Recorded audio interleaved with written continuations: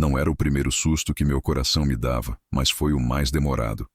Um aperto no peito, uma tontura que me tirou o ar e me fez cair sentado no chão da varanda, entre o cheiro da terra molhada e o mugido distante do gado. Lembro de ter olhado para o horizonte antes de desmaiar e pensar que talvez aquele fosse o último pôr do sol que eu veria da fazenda. Quando acordei, estava num quarto branco, frio, com o som intermitente de um monitor cardíaco e uma enfermeira me chamando pelo nome. Disseram que eu tinha tido um infarto leve e que precisaria ficar em observação por alguns dias. Leve, disseram.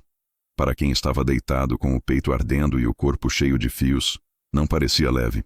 Nos primeiros dias, meu filho apareceu 2 vezes. Sempre com pressa, sempre olhando o relógio. Trouxe flores no primeiro dia e uma caixa de bombons no segundo, que deixei no criado mudo sem abrir. A nora veio junto na segunda visita, elegante demais para um hospital, salto alto, perfume forte e um sorriso ensaiado que não alcançava os olhos.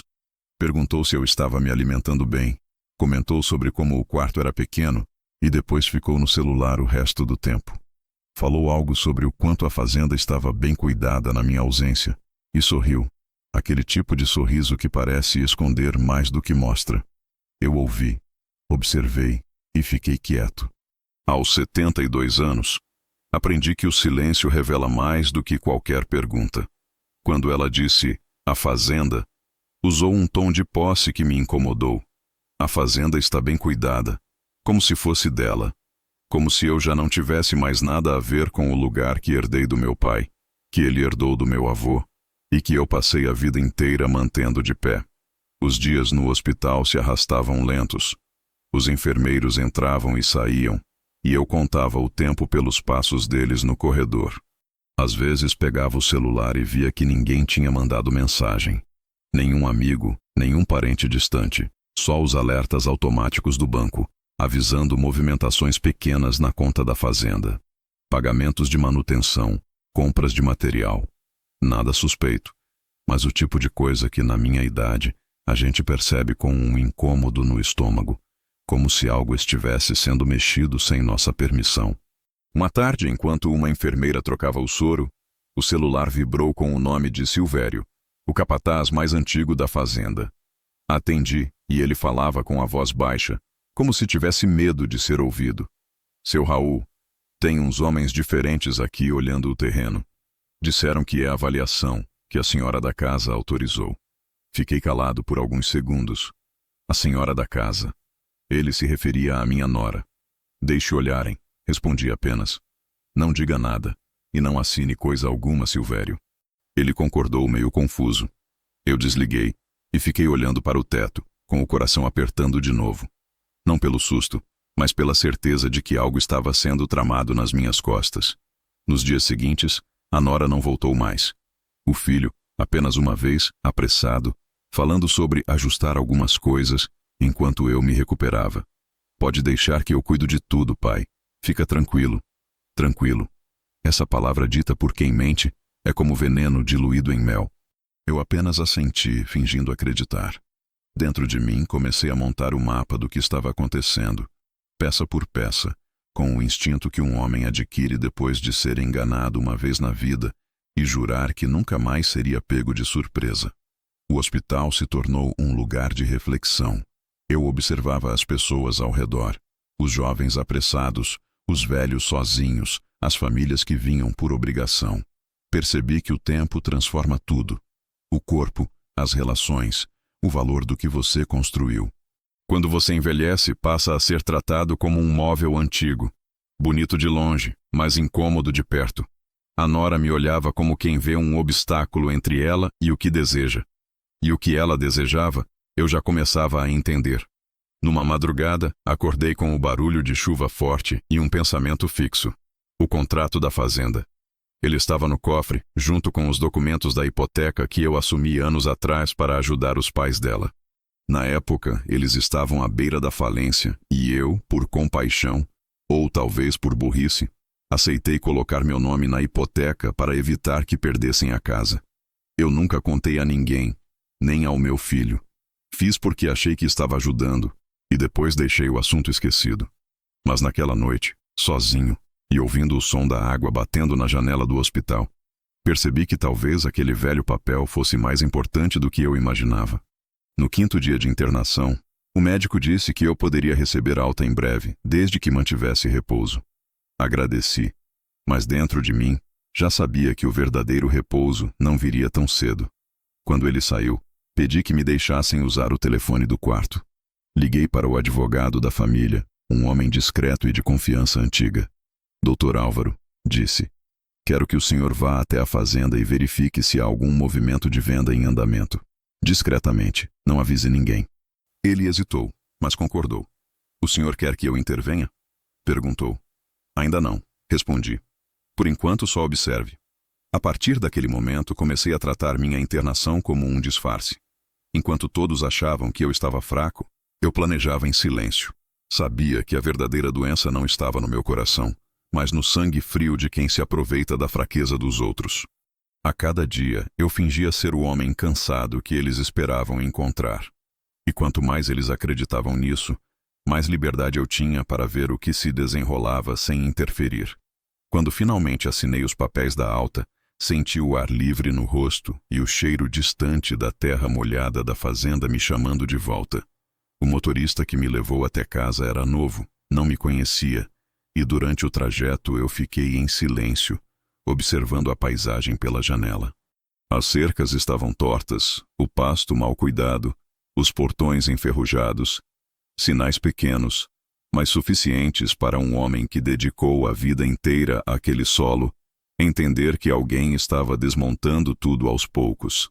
Enquanto o carro subia a estrada de cascalho que levava à sede, vi a silhueta da casa grande, as luzes acesas e, na varanda, minha nora falando ao celular. Quando o carro parou, ela desligou rapidamente e veio me cumprimentar com o mesmo sorriso artificial de sempre. Que bom que o senhor está bem, seu Raul. O médico liberou? Que alívio, não é? Eu apenas respondi. Um alívio, sim. Agora posso cuidar do que é meu. Ela fingiu não entender. Eu desci do carro devagar, apoiando a mão na bengala, mas o que me sustentava não era o corpo. Era o peso do silêncio. O silêncio de quem sabe que algo será cobrado em breve. Entrei na casa, senti o ar diferente, um cheiro de perfume novo misturado ao pó antigo das paredes. Havia papéis sobre a mesa da sala, rabiscos, plantas do terreno e um contrato aberto com minha assinatura ausente. Passei os olhos por tudo e subi para o quarto sem dizer palavra. O coração batia forte, mas dessa vez não por medo, por antecipação, porque eu já sabia. O verdadeiro tratamento começaria agora, e o remédio seria o tempo. Nos primeiros dias depois que voltei do hospital, o tempo parecia ter mudado de ritmo. As manhãs, antes cheias de som de galos e cheiro de café fresco, agora começavam com um silêncio estranho, pesado, quebrado apenas por vozes distantes vindo do escritório que ficava nos fundos da casa. Eu reconhecia a voz do meu filho, mais baixa, e a da minha nora, firme, rápida como quem dá ordens. Às vezes ela ria no meio das frases, um riso curto, seco, que parecia atravessar as paredes. Eu fingia não ouvir. Caminhava devagar pela varanda com minha bengala, cumprimentava os empregados e tentava disfarçar o incômodo que crescia no peito cada vez que notava um olhar de dúvida ou constrangimento vindo de algum deles. Silvério, o capataz, evitava me encarar. Sempre fora leal, homem de poucas palavras e muita consciência, mas agora parecia pisar em ovos. Quando eu me aproximava, ele tirava o chapéu, coçava a testa e dizia apenas: "Tudo certo, seu Raul", antes de se afastar. Certa manhã, chamei-o para conversar perto do curral, onde ninguém escutaria. Ele respirou fundo e disse: "Seu Raul, a moça anda mexendo em muita coisa. Trocou o contador, demitiu 2 peões e mandou fazer vistoria com o engenheiro dizendo que ia valorizar o terreno." Eu perguntei se ela mencionou o motivo. Ele balançou a cabeça. Disse que era para preparar para uma proposta boa, mas não explicou mais. Proposta boa. Essa expressão ficou martelando na minha cabeça. O que seria bom para ela, certamente não seria para mim. Eu conhecia aquela terra melhor do que conhecia meu próprio corpo. Cada palmo tinha uma história. O eucalipto que plantei com meu pai. O riacho que quase secou no ano da seca de 84. O galpão que levantei com as próprias mãos depois de um vendaval.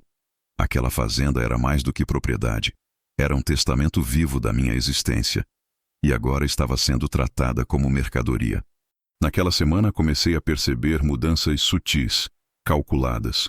O meu escritório, que ficava ao lado da sala principal, estava trancado. A chave, que sempre ficava no aparador, havia desaparecido. Quando perguntei ao meu filho, ele respondeu sem me encarar. Mãe guardou para não perder. Mãe. Ele ainda a chamava assim, mesmo sabendo o quanto eu odiava ouvir. Não era a mãe dele, era a esposa dele, e uma mulher que agora se comportava como dona do que não era dela. Passei a observar mais do que falar.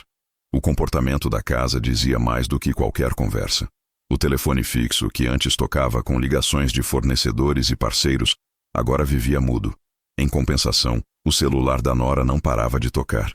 Eu a via sair para o jardim para atender, andando de um lado para o outro, falando baixo, sempre terminando as ligações com um sorriso satisfeito. Às vezes, cruzava comigo no corredor e dizia frases educadas demais para parecerem sinceras. O senhor precisa descansar mais, seu Raul. Deixe que a gente cuida de tudo agora. O senhor já fez muito, merece sossego. Palavras que soavam como veneno envolto em mel. Numa tarde de sábado, meu advogado, o Dr. Álvaro, veio me visitar. Era raro ele aparecer sem aviso, o que já bastava para me deixar atento. Sentou-se na varanda, pediu café e falou baixo. Seu Raul, como o senhor mandou, investiguei discretamente.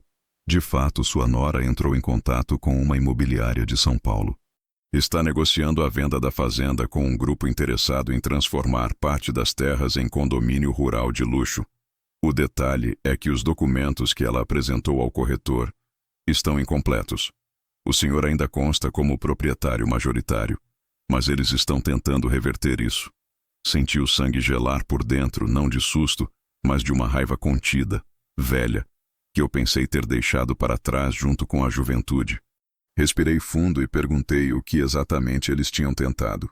Álvaro explicou que haviam dado entrada num pedido de autorização de venda conjunta, alegando que eu estava incapacitado e que meu filho detinha a procuração para administrar meus bens. Procuração essa que, segundo ele, era falsa. Fiquei olhando o horizonte por um tempo, tentando processar o tamanho da ousadia. E o senhor quer que eu vá à polícia? Ele perguntou. Ainda não, respondi. Quero ver até onde vão. Porque eu sabia que só se conhece o verdadeiro caráter de alguém quando ele acredita que está impune. Se eu denunciasse agora, eles se defenderiam, se esconderiam, talvez destruíssem provas. Mas se eu deixasse que acreditassem que eu estava velho demais para entender o que se passava, mostrariam a face inteira.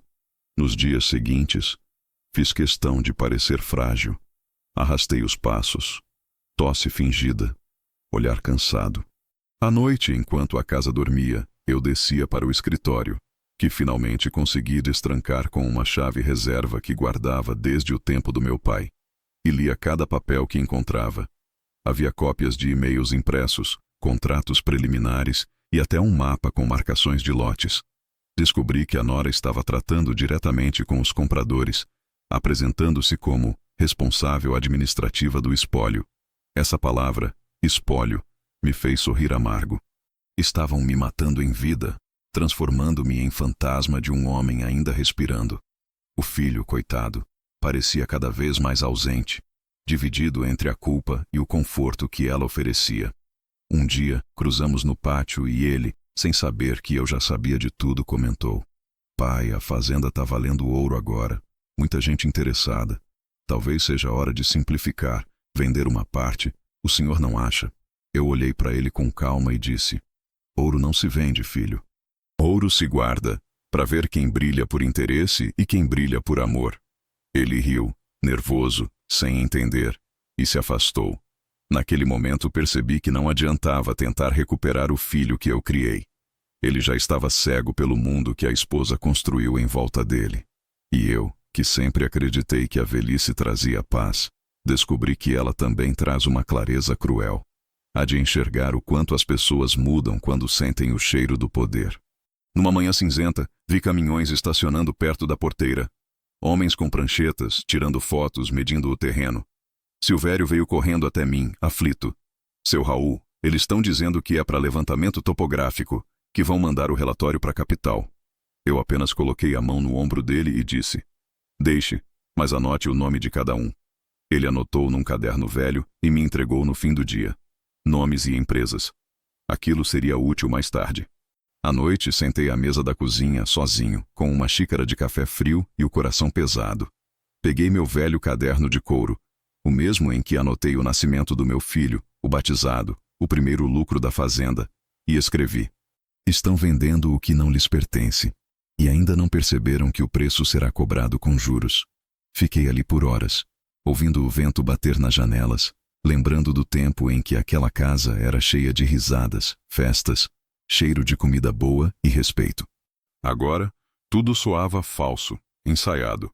A nora tinha conseguido o que queria, transformar um lar em um escritório de negócios, e eu, por enquanto, continuaria no meu papel de velho inofensivo, o doente que não sabe de nada, porque o jogo estava longe de acabar, e eu ainda não tinha mostrado minhas cartas. O tempo na fazenda sempre teve um ritmo próprio. Lento, previsível, compassado pelo barulho do moinho e o canto das cigarras. Mas naquele mês ele começou a correr diferente, como se alguém tivesse apertado o passo das horas. As coisas mudavam depressa demais, móveis trocados de lugar, contas sendo pagas com antecedência, visitas de gente que eu nunca tinha visto antes. Era como se um outro mundo estivesse sendo montado dentro da minha casa, e eu, dono dela, fosse apenas um figurante. Eu sabia que a nora tramava algo. Ela evitava me encarar, mas quando o fazia, o olhar dela era de quem mede o terreno, frio, calculado, sem emoção. De manhã, eu a ouvia na varanda falando ao telefone, usando palavras que um homem do campo entende sem precisar conhecer o jargão. Contrato, assinatura, procuração, prazo.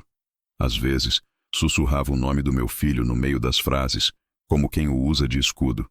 Outras vezes, o tom era firme, quase autoritário, como se o negócio fosse dela, como se aquela terra não tivesse dono. Certa tarde, enquanto eu fingia ler um jornal na sala, ouvi a conversa deles na cozinha. A porta estava entreaberta e o som vinha nítido. A gente precisa resolver isso antes que ele mude de ideia, ela disse num sussurro que carregava mais urgência do que preocupação. Mas ele está melhorando, Clara, respondeu meu filho, com voz hesitante. O médico falou que ele pode viver muitos anos ainda. Justamente por isso, retrucou ela firme. Se a gente não agir agora, vai ter que esperar ele morrer para resolver qualquer coisa. E você sabe que, se depender dele, nunca vai vender. Senti um nó na garganta, mas não fiz barulho. O que doía não era a traição em si, era a naturalidade com que falavam dela, como quem discute o preço de um boi ou o conserto de um trator. Meu próprio filho falando sobre a minha morte como um obstáculo burocrático. Fiquei ali, imóvel, respirando devagar, ouvindo cada palavra como quem grava um crime sem ter câmera. Quando eles saíram, deixei o jornal no colo e permaneci sentado, olhando o chão de madeira. Lembrei-me de quando meu filho era menino e pedia para dormir comigo nas noites de tempestade. Eu o embalava nos braços e dizia: enquanto eu estiver vivo, você sempre terá um teto sobre a cabeça. A ironia é que, agora, o teto era o mesmo. Só que ele parecia querer derrubá-lo em cima de mim. Nos dias seguintes, o plano deles começou a tomar forma diante dos meus olhos. A nora contratou um novo contador da cidade, como ela dizia. Um homem de fala rápida e sorriso fácil, que chegava sempre de carro importado e saía com uma pasta cheia de papéis. Dizia que estava organizando os ativos. Ativos. Outra palavra que não combina com terra, mas sim com quem só enxerga cifra. Eu o cumprimentei uma vez por educação. Ele apertou minha mão com firmeza demais, como quem tenta medir o quanto o outro ainda tem de força. Uma tarde, entrei discretamente no escritório e encontrei sobre a mesa um calhamaço de documentos. No topo, lia-se: proposta de aquisição, loteamento Granja Vista Bela. Folheei com calma. Mapas da fazenda, projeções de lucros e, na página final, uma minuta de contrato onde constava meu nome, mas não a minha assinatura. No campo do vendedor, apenas o nome do meu filho e, entre parênteses, representando o coproprietário. Coproprietário. Era assim que me chamavam agora. como se eu fosse um sócio distante, uma peça dispensável. Ouvi passos se aproximando e fechei os papéis depressa. Era Clara. Trazia uma bandeja com café, fingindo gentileza. O senhor anda sumido, seu Raul. Devia descansar mais. Deixe que eu e o Daniel resolvemos essa parte administrativa. Olhei para ela e sorri de leve. Imagino que estejam resolvendo muito bem. A fazenda nunca foi tão movimentada. Ela retribuiu o sorriso, mas os olhos traíram um lampejo de desconfiança. Ficou alguns segundos parada à minha frente, como se tentasse decifrar se eu sabia de algo. Depois saiu, com o mesmo perfume forte que deixava um rastro amargo no ar. Naquela noite, custei a dormir. Fiquei pensando em como a ambição se infiltra devagar nas pessoas, como a água que escorre por rachaduras. No começo, ela só molha. Depois, corrói. E quando a gente percebe, o alicerce inteiro já está comprometido. A nora nunca foi pobre, mas sempre foi gananciosa. Quando o filho me apresentou, há 15 anos, eu o avisei. Cuidado com mulher que olha mais para o portão do que para casa. Ele riu. Disse que eu era velho demais para entender as mulheres de hoje. E agora, ali estava ela. De olho não mais no portão, mas em tudo o que estava além dele. Poucos dias depois, o corretor voltou à fazenda. Eu o vi da janela, andando pelos pastos com um grupo de homens engravatados. Silvério me contou que eles estavam medindo áreas, tirando fotos e perguntando sobre acesso à estrada principal. Falaram que o projeto é para condomínio de luxo, seu Raul, disse ele aflito. Eu apenas pedi que não se metesse. Deixe que marquem o terreno inteiro, Silvério. Quero ver até onde eles têm coragem de ir. À noite, sentei na varanda e fiquei olhando o campo escuro, ouvindo o barulho do vento passando entre as árvores. A lua estava cheia, clara o bastante para iluminar o pasto inteiro. Foi quando percebi algo curioso. Mesmo sem ninguém por perto, a fazenda parecia viva, atenta, como se também soubesse o que estavam tentando fazer com ela. Senti uma estranha tranquilidade. Eu ainda não sabia como nem quando, mas tinha certeza de que seria a própria terra a cobrar o preço deles. O filho começou a evitar conversas comigo. Passava rápido pela sala, dizia um bom dia, apressado, e desaparecia. Eu notava o olhar cansado dele, dividido, e por um instante pensei em chamá-lo, em tentar uma última conversa de pai para filho. Mas não. A essa altura ele já tinha feito suas escolhas. E eu também faria as minhas, do meu jeito, em silêncio. Numa manhã, ouvi Clara ao telefone na sala. Eu estava sentado perto da escada, e a voz dela vinha nítida. Sim, está tudo certo. A assinatura sai até sexta. Ele não vai nem saber. Está fraco, quase não sai do quarto. Ela deu uma risada curta. Não, o filho está comigo. Pode confiar. Foram segundos longos, mas que mudaram tudo. Eu entendi, ali, que não se tratava apenas de ganância. Era desprezo. Ela me via como um obstáculo frágil, um velho doente incapaz de reagir. E foi exatamente essa imagem que decidi manter, porque a pior armadilha é aquela que o inimigo constrói acreditando que foi ideia dele. A partir daquele dia, comecei a observar cada passo dela com precisão cirúrgica. Notei que passou a guardar documentos num cofre pequeno dentro do armário do quarto, sempre trancado, mas sem trocar o código com frequência. Notei também que uma pasta vermelha sumiu da minha escrivaninha, a mesma onde eu guardava cópias de registros antigos. Deixei que ela pensasse que eu não percebi. Enquanto eles planejavam vender minha terra, eu comecei a me lembrar de outra casa. Não a minha, mas a dos pais dela. A casa bonita na cidade, comprada com sacrifício, hipotecada anos atrás quando o pai dela quase faliu. Lembrei que, por pena, eu assumi a dívida no meu nome. Fiz isso sem contar para ninguém, nem para o Daniel, nem para ela, e paguei religiosamente as prestações, porque sabia que, se não o fizesse, aquela família iria para a rua. Agora, vendo o que ela fazia comigo, entendi que talvez fosse hora de revisar aqueles papéis. Afinal, certas dívidas não são apenas financeiras. Algumas são morais, e essas, mais cedo ou mais tarde, sempre encontram o cobrador certo. Terminei aquela noite sentado na cama, olhando o relógio velho herdado do meu pai. O tic-tac ecoava na escuridão, lento, firme, como se marcasse a contagem regressiva para algo que eu ainda não podia anunciar. Fechei os olhos e respirei fundo. Deixei que o plano dela seguisse. Porque o jogo estava armado, e só quem conhece o tempo sabe quando é a hora certa de colher. Quando a gente envelhece, aprende que o lar não é só o lugar onde dorme, mas o espelho daquilo que fomos. E naquele fim de semana, ao acordar cedo e percorrer os corredores da minha própria casa, percebi que aquele reflexo tinha se tornado irreconhecível. As paredes antes cheias de retratos estavam nuas. Os quadros com fotos antigas sumiram, substituídos por molduras modernas e frias. Fotos da Clara e do Daniel em viagens, jantares, festas. Nenhum sinal de mim, nem da minha falecida esposa, nem do passado que construiu tudo aquilo. Era como se eu tivesse sido apagado de propósito, como se o tempo vivido ali tivesse sido reescrito por outras mãos. No café da manhã, a mesa estava posta, mas o clima era de uma cordialidade falsa, polida demais. Clara sorria, o filho falava pouco, e eu apenas observava. O cheiro do café não era mais o mesmo. O velho pó de coador tinha sido trocado por cápsulas importadas, e o pão de queijo que eu tanto gostava agora vinha congelado em caixas do supermercado. Coisas pequenas, mas que dizem muito quando você entende o que está por trás. Não era modernidade. Era substituição. O velho sendo trocado pelo novo. O dono sendo trocado pelo hóspede.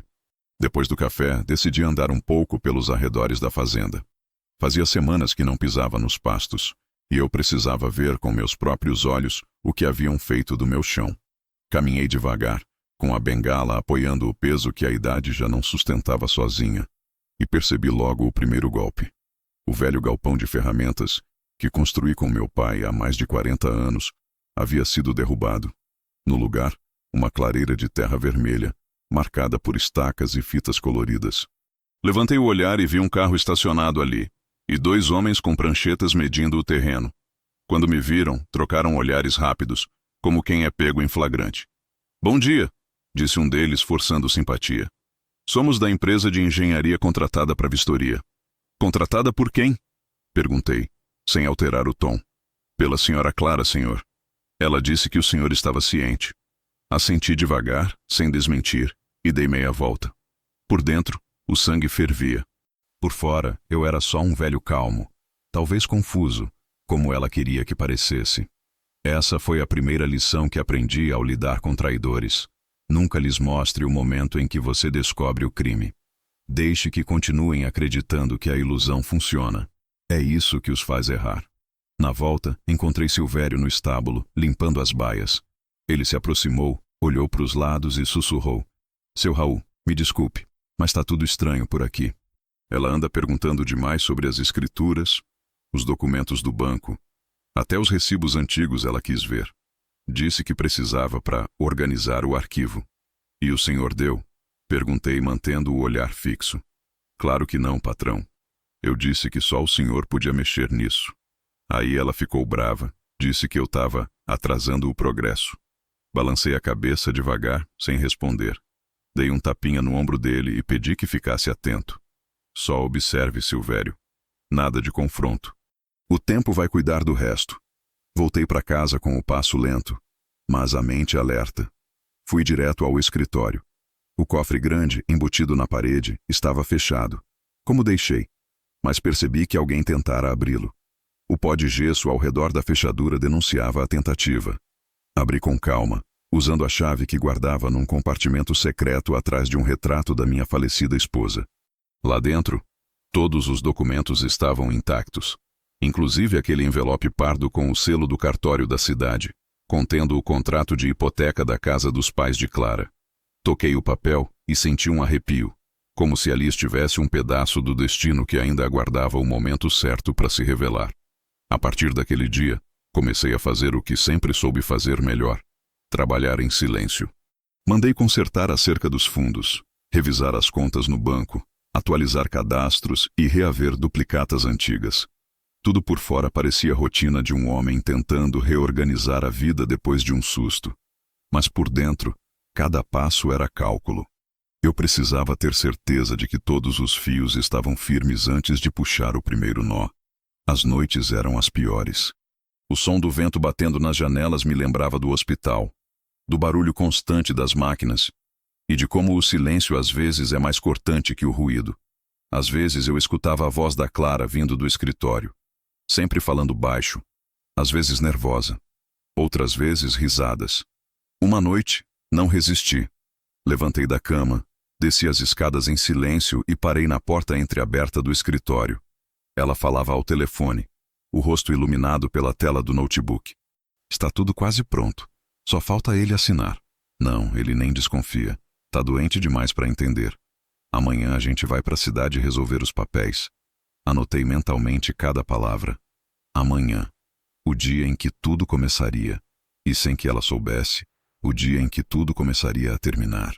Na manhã seguinte, levantei mais cedo do que de costume. O céu estava cinzento, prenúncio de chuva. Fingi que ia ao médico para uma revisão. E saí com o meu carro velho. Aquele mesmo que ela achava que eu já devia ter vendido. Dirigi até o escritório do Dr. Álvaro. Quando cheguei, ele já me esperava. Imagino que já descobriu tudo, disse ele sem rodeios. Descobri, respondi. E agora chegou a hora de deixá-los cavar o próprio buraco. Expliquei o que tinha ouvido, mostrei o documento da hipoteca e pedi que ele revisse todos os prazos legais e registros de propriedade. Queria que tudo estivesse atualizado, limpo e incontestável. Se tentassem me derrubar, que caíssem sozinhos. Álvaro me olhou com aquele respeito silencioso que se reserva a quem não perdeu a lucidez nem a dignidade. O senhor quer agir agora? Perguntou. Não, respondi. Quero que o fogo pegue bem antes de jogarmos água. Voltei para a fazenda no fim da tarde. A chuva tinha começado, grossa, arrastando folhas e lama pela estrada. Quando entrei na casa, vi Clara sentada na sala com o notebook aberto e uma taça de vinho na mão. Tudo bem, seu Raul? O senhor saiu cedo hoje. Fui ao médico, respondi. Disse que estou melhor do que esperava. Ela forçou um sorriso claramente desconfortável. Eu subi as escadas sem olhar para trás. Mas senti o olhar dela me seguindo, desconfiado. À noite, ouvi o barulho do carro dele saindo. Esperei uns minutos e desci.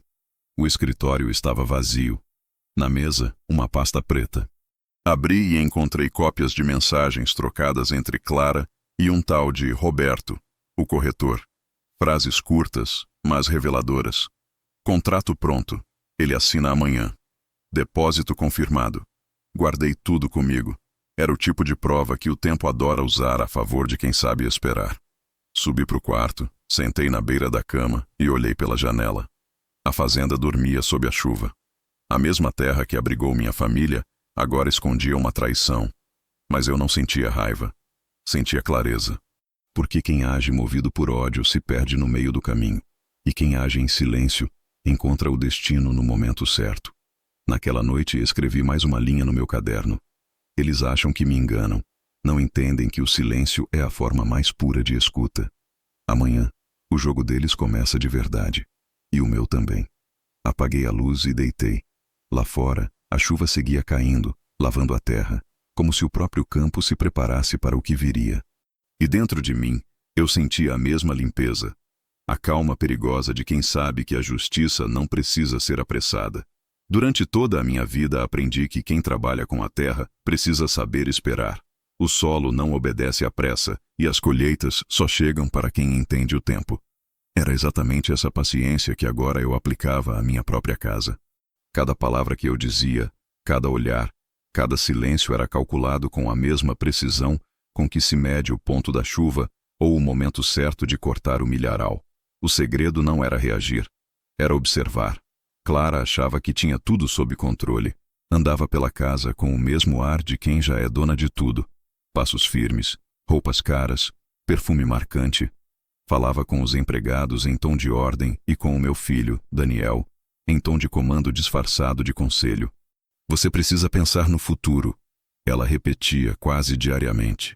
O futuro, no caso, era a venda da fazenda e a vida confortável que imaginava na cidade.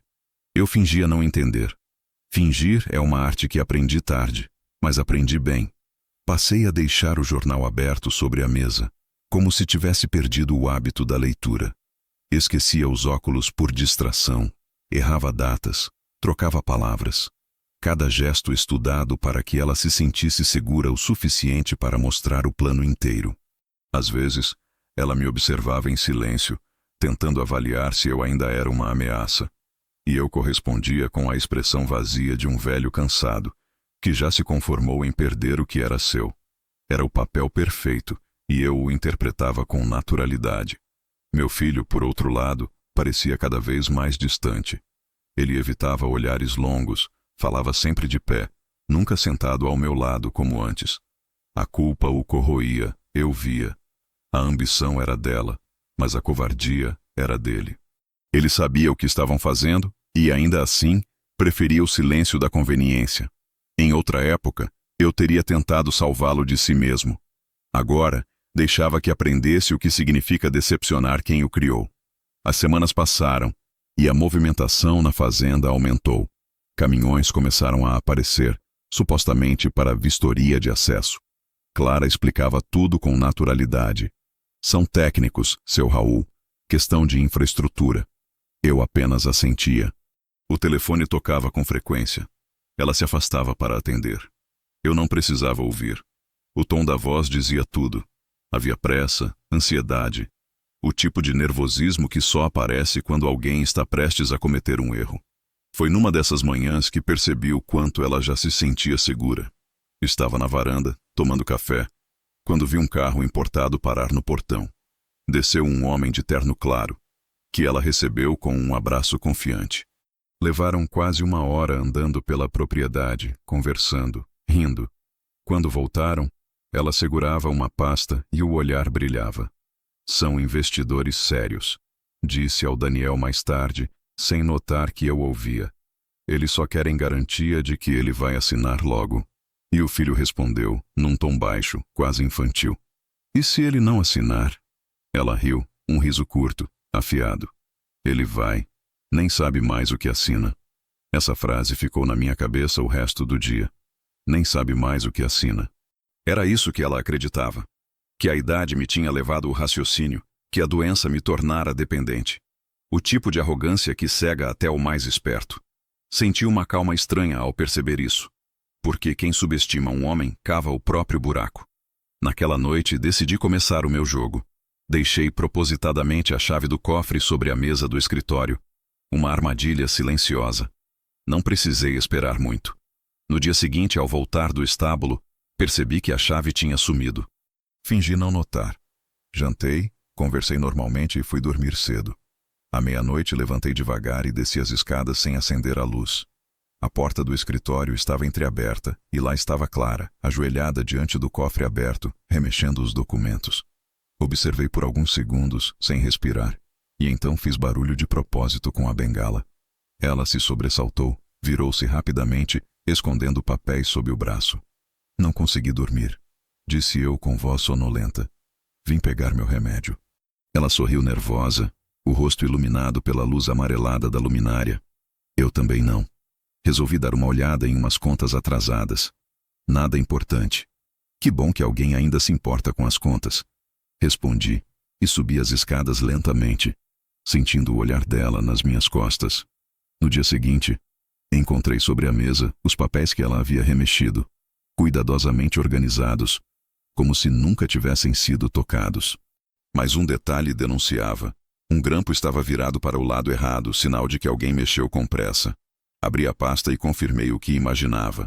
Cópias de procurações antigas, declarações de bens, extratos de impostos. Ela procurava o que pudesse usar contra mim. Foi quando percebi que o medo dela começava a nascer. O excesso de segurança estava dando lugar à cautela. E isso para mim era o melhor dos sinais. Quem teme erra. Passei os dias seguintes reforçando a imagem do homem senil. Errava o caminho da cozinha.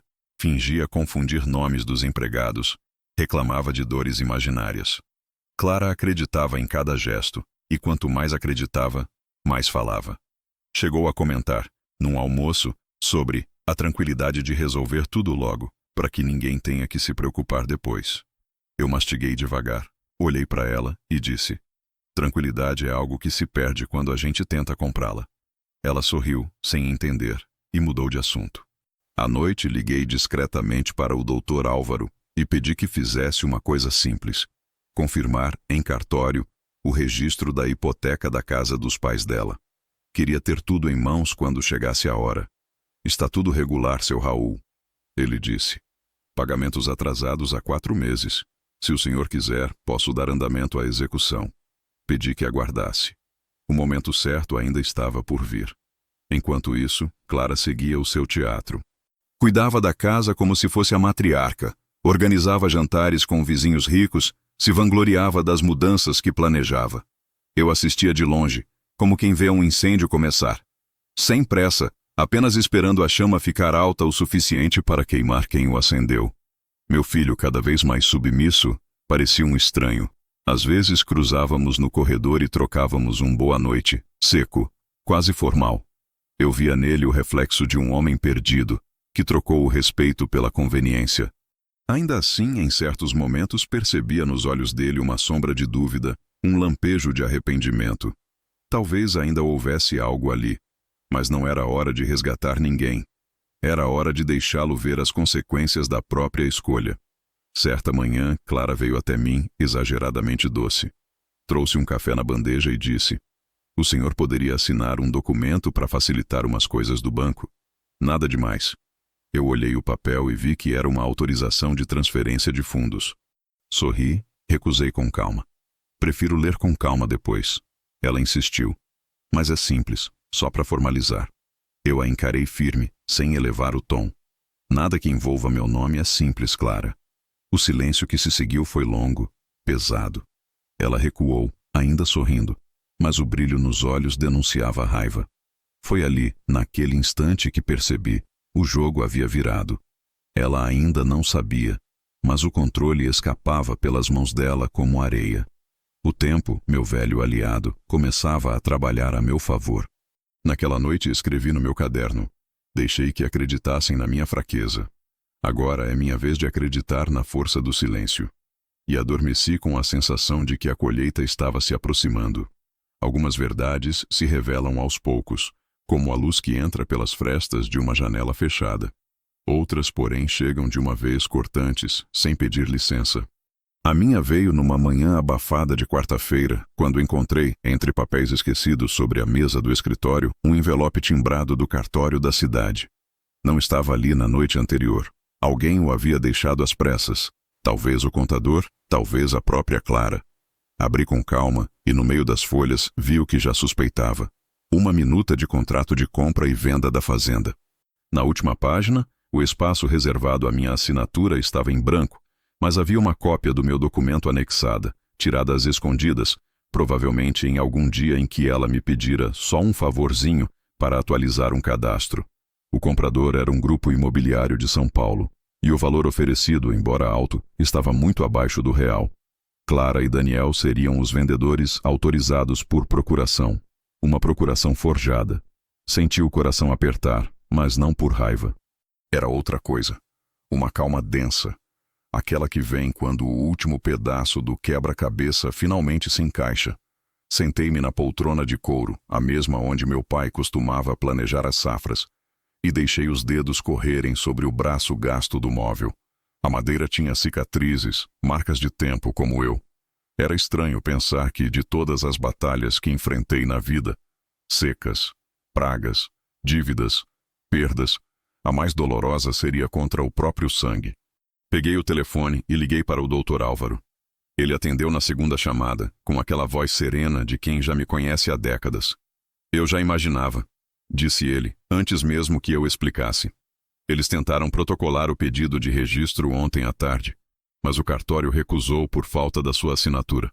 "Então ainda não foi tarde demais", respondi. "Ainda não. Mas vão tentar de novo, e provavelmente logo." Agradeci e pedi que me enviasse cópias de tudo. Ele prometeu vir pessoalmente no dia seguinte. Desliguei e fiquei ali, quieto, ouvindo o tic-tac do relógio. O tempo, mais uma vez, era meu aliado. Naquela noite, decidi vasculhar cada canto da casa. Esperei todos dormirem, desci em silêncio e entrei no escritório de Clara. O cheiro de perfume caro ainda pairava no ar. Abri gavetas, folheei pastas e encontrei o que procurava. Um pequeno caderno preto de capa de couro. Dentro, anotações detalhadas, ligações, nomes de compradores, contatos de advogados, até o valor de comissão que ela receberia com a venda. Era um plano meticuloso, frio, planejado há meses. Ela não queria apenas vender a fazenda. Queria apagar qualquer vestígio de que um dia ela fora minha. Folheando o caderno, encontrei uma página com algo que me fez parar. No topo, em letras rápidas e nervosas, estava escrito: garantia paralela, hipoteca dos meus pais. Abaixo, anotações confusas, números e datas. Fiquei olhando aquilo por longos segundos, até que a lembrança me atingiu com força. A hipoteca, o velho acordo que eu tinha feito anos atrás, quando o pai dela veio me procurar desesperado, prestes a perder a casa. Foi numa tarde quente de dezembro, lembro bem. Ele chegou suado, com o chapéu na mão e os olhos marejados. Seu Raul, me ajude. Se eu perder a casa, minha mulher não aguenta. A gente paga o senhor direitinho, é só para segurar o banco. Na época, eu tinha acabado de vender uma parte das terras do norte e estava com algum dinheiro sobrando. Fiz o que achei certo. Assumi a hipoteca no meu nome e deixei que continuassem morando lá, pagando parcelas simbólicas. Foram pontuais por 2 anos. Depois começaram a atrasar, até que, por fim, pararam de vez. Eu não cobrei, não precisei. O contrato continuou válido, apenas adormecido, até aquele momento. Guardei o caderno no bolso do paletó e subi de volta para o meu quarto. Sentei na cama e abri a pasta onde guardava o contrato original. O selo do cartório ainda brilhava, intacto. Li linha por linha, confirmando cada detalhe. Eu era o credor principal. O imóvel continuava em meu nome, e os atrasos já ultrapassavam o limite legal. Em outras palavras, a casa dos pais dela me pertencia, e ela nem desconfiava. Senti uma mistura estranha de dor e poder. Não era prazer, tampouco vingança. Era algo mais frio. A sensação de que a balança começava a se equilibrar. Ela mexeu com a minha vida achando que eu não tinha mais nada a perder, mas esqueceu que eu ainda detinha algo que sustentava a dela. Na manhã seguinte, o Dr. Álvaro chegou cedo, trazendo uma pasta e um olhar atento. Expliquei tudo. Mostrei o caderno e o contrato. Ele folheou devagar. Depois me olhou com respeito silencioso. O senhor tem tudo o que precisa, disse. Com esse documento pode reaver o imóvel a qualquer momento. Não quero o imóvel. Respondi.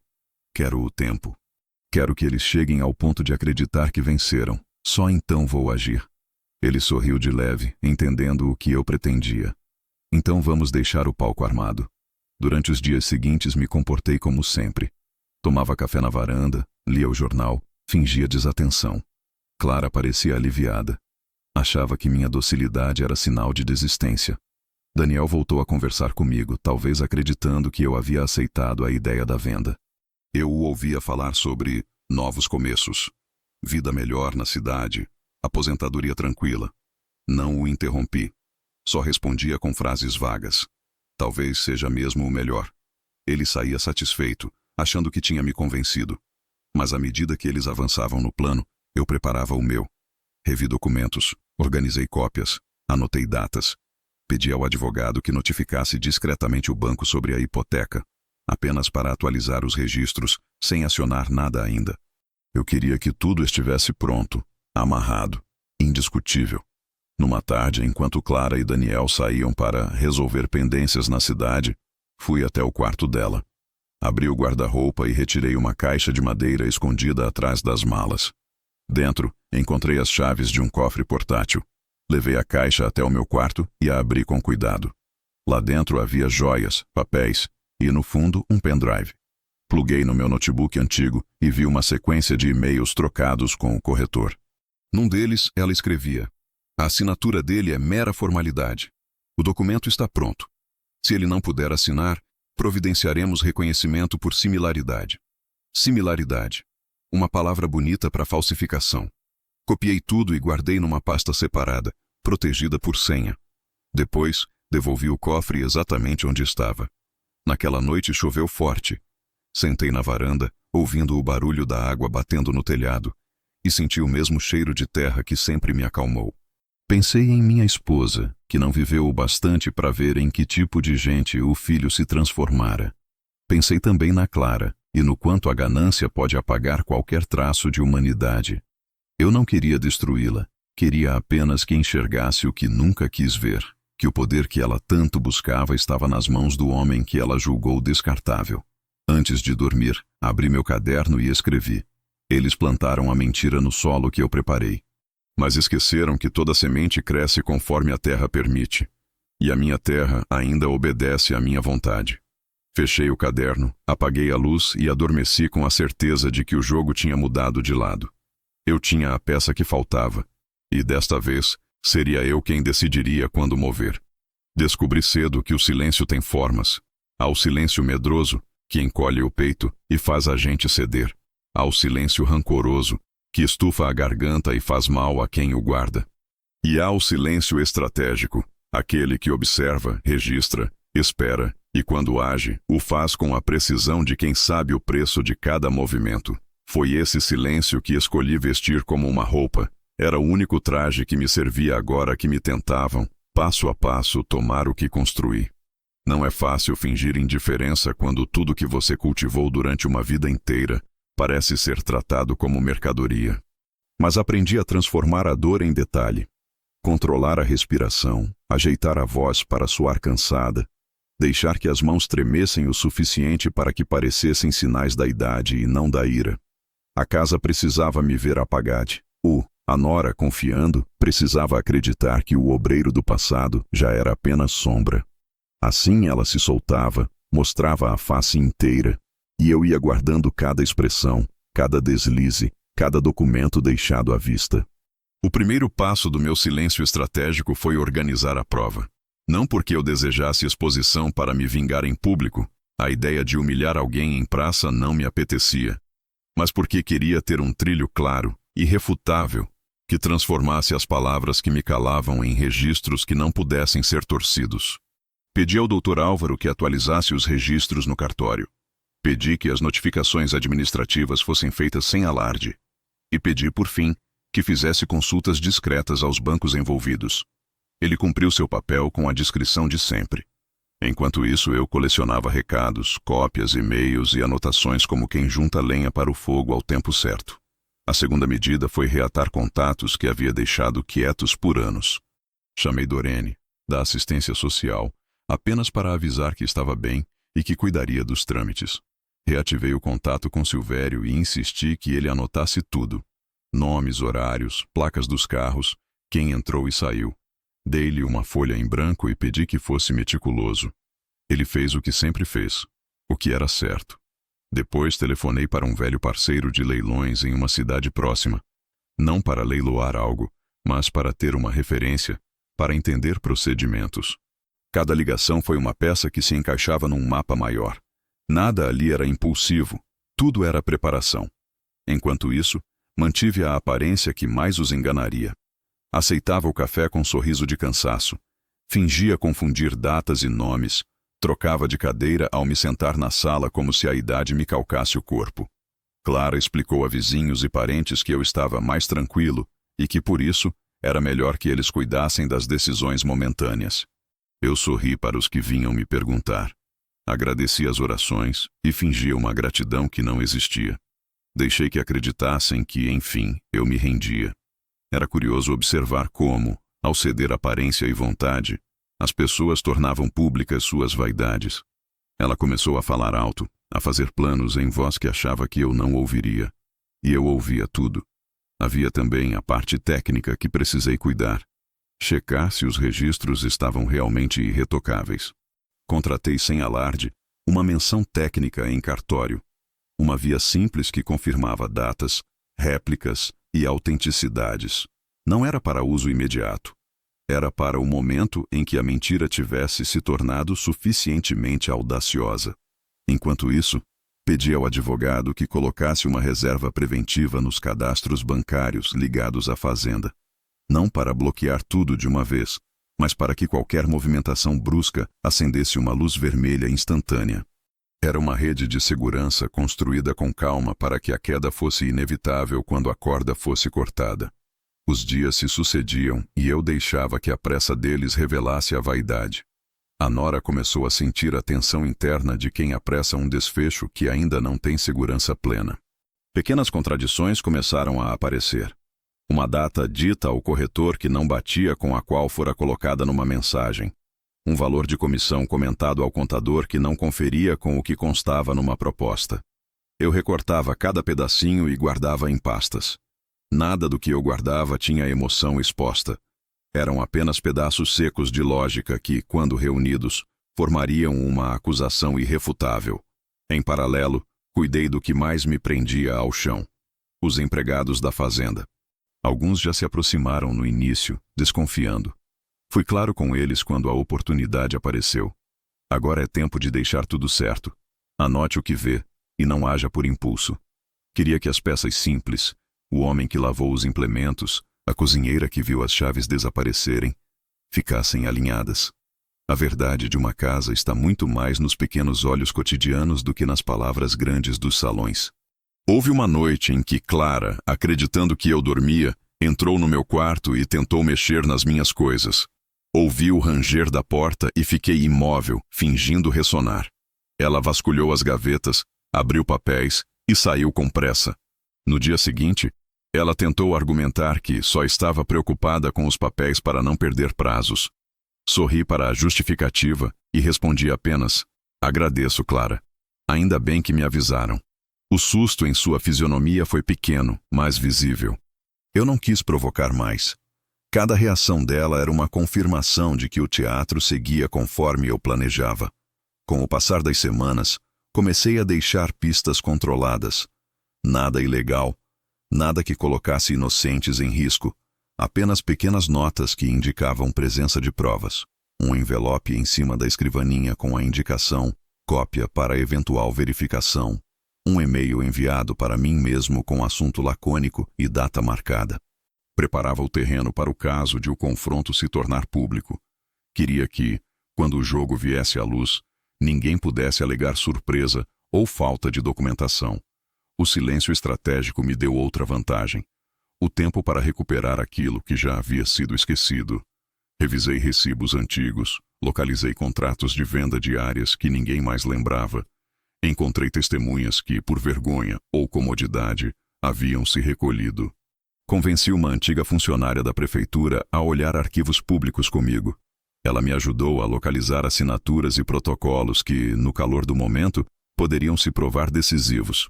Cada pequena confirmação me devolvia uma parte do alicerce que tentavam arrancar. E então veio o momento em que percebi que eles estavam prontos para avançar. Recebi, sem mostrar emoção, a mensagem do corretor: assinatura prevista para a sexta. Procederemos com registro na segunda. A simplicidade daquela frase me deu a sensação de estar diante de um relâmpago. Rápido, brilhante, inevitável. Era o sinal. Respirei fundo. Sentei na cadeira e fechei os olhos por alguns segundos como quem ora. A calma que senti não era alegria. Era a convicção de que, havendo organização, nem a mais ardilosa das fraudes resistiria. No dia anunciado, fiz exatamente o que não fariam esperar. Compareci à mesa como se estivesse ali para abençoar o acordo. Não por gentileza, e sim para que vissem um homem que, mesmo sabendo, se mantinha sereno. Virei os papéis com a naturalidade de quem não imagina trambique. Perguntei sobre prazos e até comentei se iriam respeitar os artesãos locais, que eu sempre contratara para cercas e galpões. Cada pergunta minha, proferida em tom leve, era uma linha que prendia os nervos deles. Clara respondeu com certeza, titubeou, mentiu ligeiro, e o filho olhou para mim com um pedido mudo escondido atrás de vergonha e culpa. Ao final, sem pressa, agradeci e me levantei. Ainda disse, em voz baixa, mas audível: espero que tudo isso seja para bem, porque quem planta tempestade acaba colhendo. Eles riram. Riram com força. A soberba é excelente conselheira de erros. Saí da sala com passos medidos, e por trás das cortinas do meu silêncio, o primeiro estrondo da peça deles já começava a romper. Há um tipo de calma que não é passividade. É preparo. O silêncio estratégico foi o meu casaco contra a pressa dos outros. Eu o usei para ver a verdade surgir sozinha, sem impaciência, sem espetáculo. E quando a hora de agir viesse, não precisava de gritos. Bastaria a firmeza dos papéis, a honestidade dos registros e a naturalidade de um homem que não cedeu ao impulso de destruir, Apenas ao de restaurar o que é justo. Há um instante, antes da colheita, em que o campo parece imóvel. O vento para, os galhos se aquietam, os pássaros somem do céu. É o presságio do corte. Naquela sexta-feira, a fazenda amanheceu exatamente assim. O ar parecia suspenso, pesado de um silêncio que eu conhecia bem. Sabia que aquele seria o dia. O dia em que eles acreditariam vencer e em que, pela primeira vez, eu deixaria de fingir. Acordei antes do sol. Fiz café do jeito antigo, coado. O aroma enchendo a cozinha como um sinal de que eu ainda estava ali, presente, dono daquilo. Escolhi a roupa com cuidado. Calça escura, camisa branca passada, o relógio do meu pai no pulso. Queria que me vissem não como o velho doente que inventaram, mas como o homem que fundou aquele chão. Às 8, vi da janela o carro preto estacionar. Clara desceu primeiro, salto fino, cabelo preso, a pressa no andar. O corretor veio logo atrás, sorridente, com a pasta sob o braço. Daniel apareceu depois, rosto pálido, olhar baixo. A vergonha já o acompanhava, mesmo que ele ainda não entendesse o motivo. Esperei na sala, sentado na poltrona grande. Quando entraram, Clara tentou manter o tom doce. Seu Raul, que bom que o senhor veio. Assim podemos formalizar tudo. Vai ser mais fácil para todos nós. Sorri com calma. Gosto de facilitar as coisas, principalmente quando é para garantir que ninguém seja enganado. Ela piscou, confusa, mas não respondeu. O corretor começou a explicar números, taxas, valores e abriu a pasta sobre a mesa. Os papéis estavam organizados, prontos para a assinatura. Quando ele empurrou o contrato na minha direção, notei que deixara, ao lado, uma caneta cara, dourada. Toquei o objeto, mas não o peguei. Deixei o silêncio pesar sobre o ambiente até que todos se entreolhassem. Então abri a gaveta da mesa, retirei um envelope vermelho e o coloquei sobre o contrato. Antes de assinar, acho justo mostrar um documento meu, disse. Coisa antiga, mas ainda válida. Clara franziu o senho. O filho olhou para mim sem entender. O corretor, impaciente, tentou intervir. Mas ergui a mão. Pode continuar, mas leia isso antes. Empurrei o envelope na direção deles. Ela abriu. O rosto dela mudou aos poucos, como quem vê o chão se abrindo sob os pés. O corretor se inclinou para olhar e congelou. Dentro do envelope estavam cópias autenticadas da hipoteca, o contrato assinado pelo pai e pela mãe dela, reconhecendo que o imóvel em que viviam, há mais de uma década, estava em meu nome. Junto, um comprovante de atraso acumulado, assinado pelo banco, e a notificação de execução preparada pelo Dr. Álvaro. Isso é. Ela começou, mas a voz falhou. É a casa dos seus pais. Respondi. A mesma que você tentou usar como garantia nos bastidores. A mesma que ainda depende de mim para existir. Daniel se levantou, nervoso. Pai, o que é isso? É a diferença entre quem planta e quem rouba a colheita, filho. O corretor, constrangido, juntou os papéis dele, tentando disfarçar o desconforto. Eu acho melhor suspendermos o processo até que isso seja esclarecido. Clara tentou reagir. O senhor não pode usar isso para nos ameaçar. Ameaçar? Repeti devagar. Eu? Vocês quase venderam minha fazenda com assinatura falsa, mentiram para o cartório, enganaram o banco. E agora me chamam de ameaça? Não, Clara. Eu apenas devolvo a vocês a conta que deixaram aberta. Ela empalideceu. O filho, incapaz de encará-la, se virou para mim, talvez esperando piedade. Eu não ofereci. Piedade é um luxo que se reserva aos inocentes, e ali não havia nenhum. Levantei-me devagar, a bengala firme na mão, e finalizei. Hoje vocês não perderam uma fazenda, perderam o privilégio do meu silêncio. E ele valia mais do que qualquer terra. Sem mais, entreguei outro envelope ao corretor. Dentro dele havia uma carta do meu advogado, formalizando o cancelamento de qualquer procuração que Daniel pudesse ter em meu nome, e a revalidação dos meus direitos integrais sobre a propriedade. Tudo legal, protocolado, incontestável. O homem assentiu aliviado e recolheu seus papéis. Clara ainda tentou falar. O senhor vai se arrepender. Sorri de leve. Já me arrependi uma vez quando confiei em quem não merecia. E veja só, aprendi rápido. Eles saíram sem olhar para trás. Fiquei sozinho na sala, ouvindo o som dos pneus no cascalho até desaparecerem. O relógio marcava 11 da manhã. Senti o corpo cansado, mas não exausto. Era um cansaço limpo, o tipo que vem quando o trabalho termina e a terra finalmente está pronta para descanso. Naquela tarde, o telefone tocou. Era o Dr. Álvaro. Deu certo, não é? Deu. Respondi. E agora? Agora eles vão tentar reverter, mas não podem. O senhor tem tudo. Deixe que tentem. Falei. Cada movimento deles só vai registrar o quanto se afundaram. Desliguei e fiquei em silêncio, olhando a paisagem pela janela. A fazenda respirava tranquila, como se o campo soubesse que o perigo havia passado. O cheiro da terra molhada, o canto dos pássaros voltando, tudo parecia retomar seu lugar. No fim do dia, Daniel voltou sozinho. Entrou devagar, sem bater. Tinha o rosto abatido, os olhos baixos. Pai, ela foi embora. Disse que não vai voltar. Imagino, respondi. Ele hesitou, depois disse. Eu não sabia que ela iria tão longe. Sabia sim, filho, só não quis ver. E às vezes não querer ver é o mesmo que ajudar. Ele chorou baixinho, sentado diante de mim. Por um instante quase senti pena, mas deixei o coração ficar quieto. Alguns aprendizados não cabem em palavras, só no silêncio depois do erro. Antes de sair, ele perguntou. O senhor vai denunciar? Não preciso, disse. A ruína já começou. Quando a noite caiu, acendi o abajur do escritório e abri o velho caderno onde vinha anotando tudo desde o hospital. Na página em branco escrevi devagar. Hoje a terra devolveu o que lhe roubaram. Não precisei de armas, apenas de paciência. A justiça da vida é como a lavoura. Exige tempo, mas quando vem, vem farta. Fechei o caderno, soprei a chama da vela e deixei que a escuridão fizesse o resto. Do lado de fora, o campo dormia. Lá longe, o vento sussurrava entre as árvores, carregando o mesmo som que me acompanhava desde menino, o som da colheita. No interior, a notícia corre mais rápido que o vento. Bastou um fim de semana para o que aconteceu na fazenda se espalhar pela cidade como fogo em palha seca.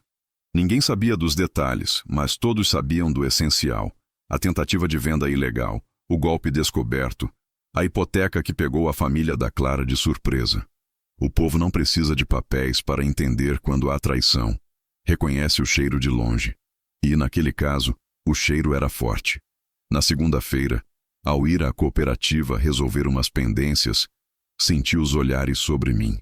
Uns de respeito, outros de espanto. Alguns fingiam não ver, outros vinham cumprimentar, apertando minha mão com firmeza. Homem justo. Ouvi um murmúrio. Fez certo em não deixar barato. Fiquei em silêncio, apenas acenando com a cabeça. Eu não precisava de glória. A minha vitória já estava completa no momento em que o silêncio virou verdade diante deles. Soube pelos próprios vizinhos que Clara havia voltado à casa dos pais naquela noite, furiosa, arrastando malas, e que, ao chegar, encontrou o oficial do cartório à porta, com o aviso de execução da hipoteca. Imagino o rosto dela ao entender que não se tratava de ameaça, mas de fato. Os pais, que até então sempre me cumprimentavam com um sorriso de fachada nas festas da cidade, agora me viam como o cobrador inevitável da dívida que tentaram esconder.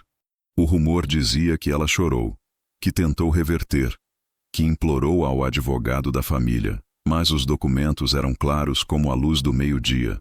A casa pertencia a mim, e o tempo de perdão havia passado junto com o último pagamento esquecido. Nos dias que se seguiram começaram as chamadas telefônicas. Primeiro do meu filho, depois da sogra, depois de um primo dela. Nenhuma delas eu atendi. O que precisava ser dito já tinha sido dito. O resto seria tentativa de transformar culpa em desculpa. Silêncio, mais uma vez, foi minha melhor resposta. Quando o silêncio é sustentado com dignidade, ele vira uma muralha. E quem tenta derrubá-lo acaba cansando primeiro. Na terça, o jornal local publicou uma nota discreta. Cancelada a tentativa de venda irregular de propriedade rural na região norte. Dono original mantém posse após descoberta de fraude documental. Nada de nomes, mas todos sabiam quem era quem. No mesmo dia, as redes sociais fizeram o resto do trabalho. Uma foto da Clara, tirada meses antes, num evento da cooperativa, de vestido claro e sorriso ensaiado, começou a circular com comentários venenosos. A esperta caiu da cela, dizia um. Quem muito quer, perde tudo, dizia outro. Eu não ri. A vingança, quando vira espetáculo, perde o sabor. Daniel, meu filho, passou os dias seguintes trancado. Não veio à fazenda, não atendeu chamadas. Mandou apenas uma mensagem curta. Preciso pensar. Pensei em responder, mas não o fiz. Ele precisava sentir o peso da própria ausência, o peso de ter deixado que outros falassem por ele quando o pai mais precisava de uma palavra. Na quarta-feira, Silvério veio até mim, visivelmente constrangido, dizendo que alguns funcionários tinham ouvido comentários no bar da vila. Dizem que ela está vendendo o carro para pagar os advogados. Eu apenas assenti. Ele completou. O povo está do seu lado, seu Raul. Todo mundo viu o que ela tentou fazer. Olhei para ele e disse baixo. Silvério, ninguém precisa ficar do meu lado. Basta ficarem do lado certo. Ele sorriu, envergonhado, e foi embora. Nos dias que vieram, percebi algo curioso. A fazenda, antes tensa, respirava outra vez.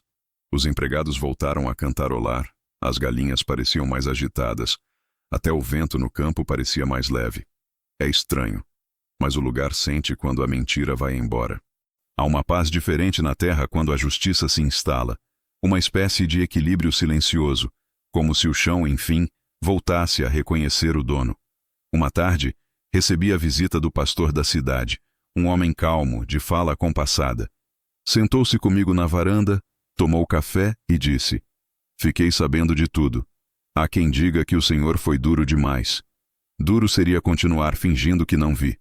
Respondi: Às vezes a bondade é apenas covardia bem vestida. Ele ficou em silêncio por um momento, depois concordou com um aceno. Que Deus lhe dê paz. Ele deu, disse eu. E foi quando parei de confundir perdão com esquecimento. No sábado, o inevitável aconteceu. Clara publicou uma mensagem nas redes, um texto longo com fotos dela e do Daniel, tentando se defender. Falava de mal-entendidos, de diferenças familiares, de falsas acusações, mas o tom denunciava desespero. Ninguém acreditou.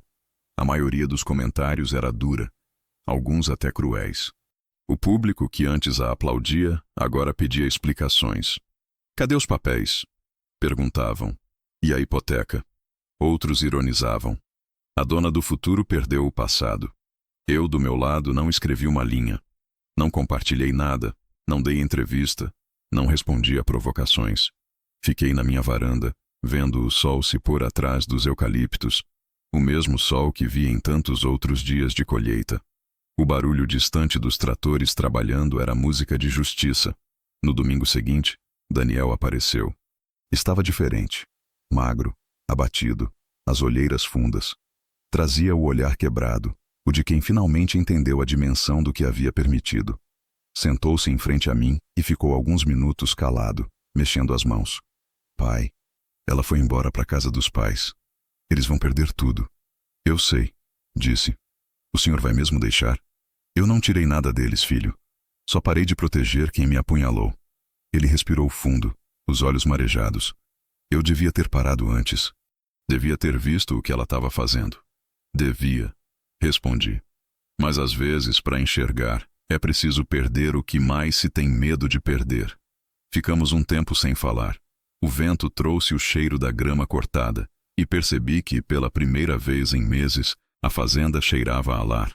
Quando ele levantou para ir embora, me olhou uma última vez. Se o senhor quiser, posso ficar uns dias para ajudar. Não precisa, disse. Ajudar agora é aprender. Ele assentiu, sem força, e partiu.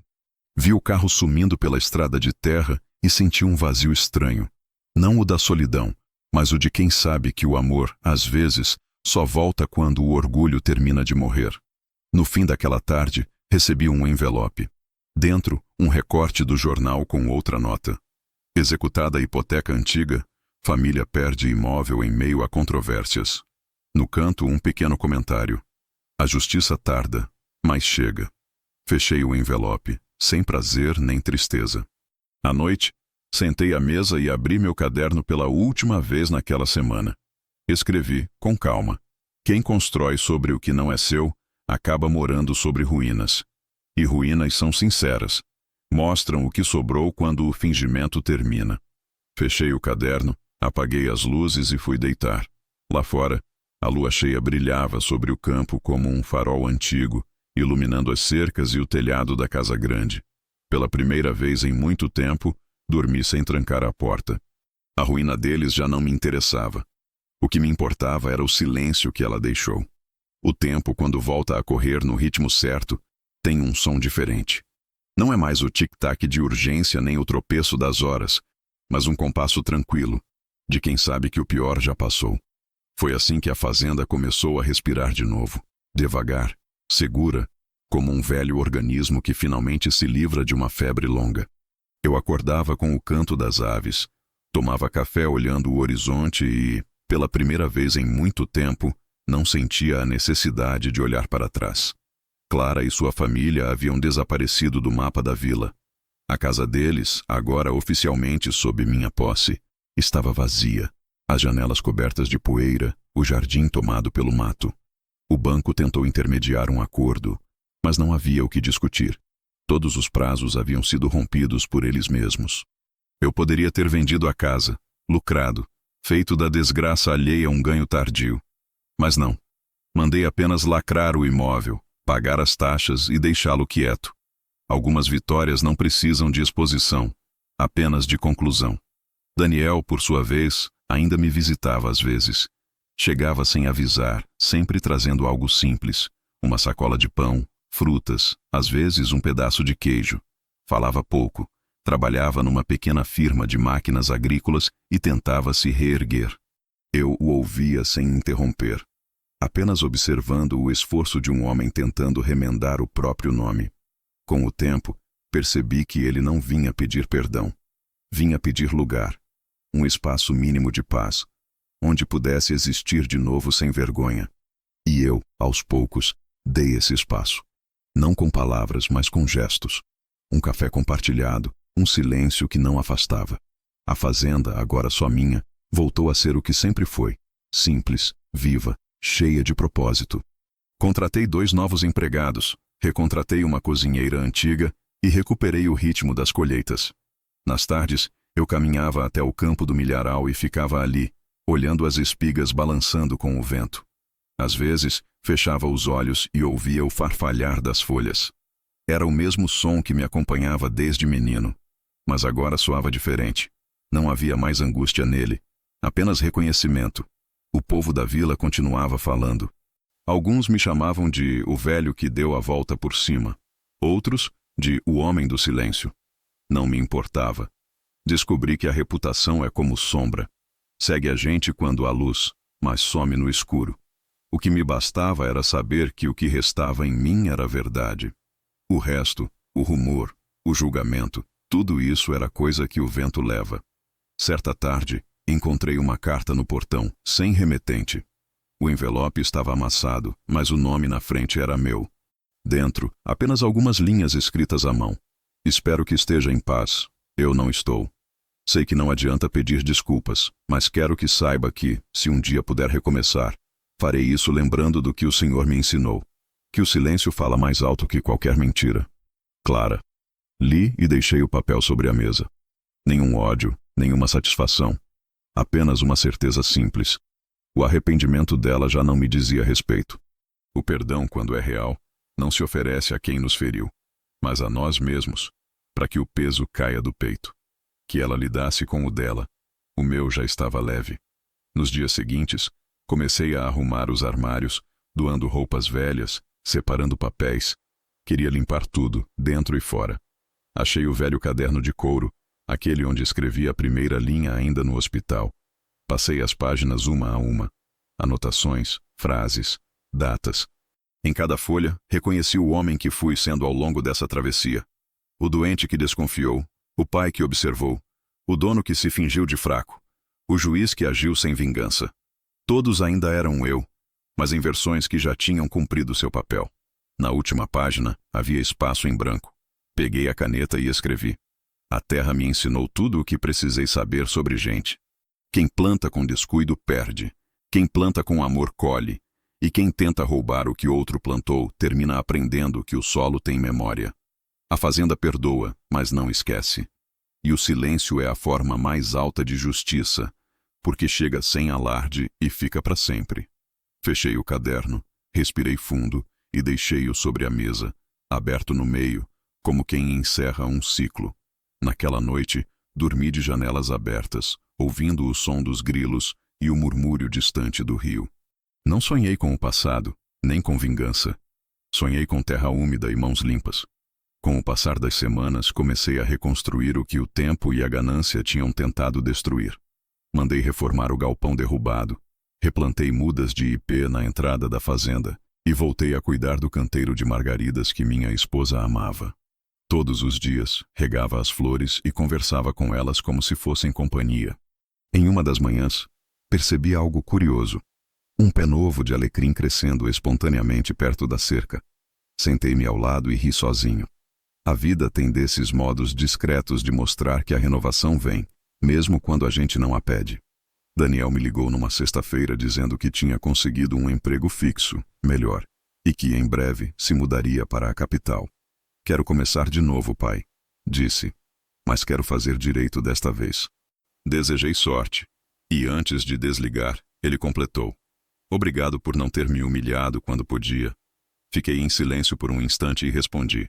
Eu só deixei você ouvir o eco dos próprios passos, filho. O resto foi o chão que ensinou. Naquele mesmo dia, caminhei até o portão principal e olhei a estrada. O sol se deitava, tingindo tudo de dourado. Aquele tom da tarde sempre me lembrava o rosto da minha mulher, o calor da casa antiga, o tempo em que o amor não precisava ser explicado. Senti o coração leve, sem pressa, e percebi que, enfim, a colheita tinha terminado. Não houve final grandioso, nem discursos. Só um velho homem de pé na varanda, olhando o horizonte e ouvindo a própria respiração misturada ao som da terra. Em algum lugar, um galo cantou, e o dia terminou. A vingança é barulhenta, mas a justiça é muda.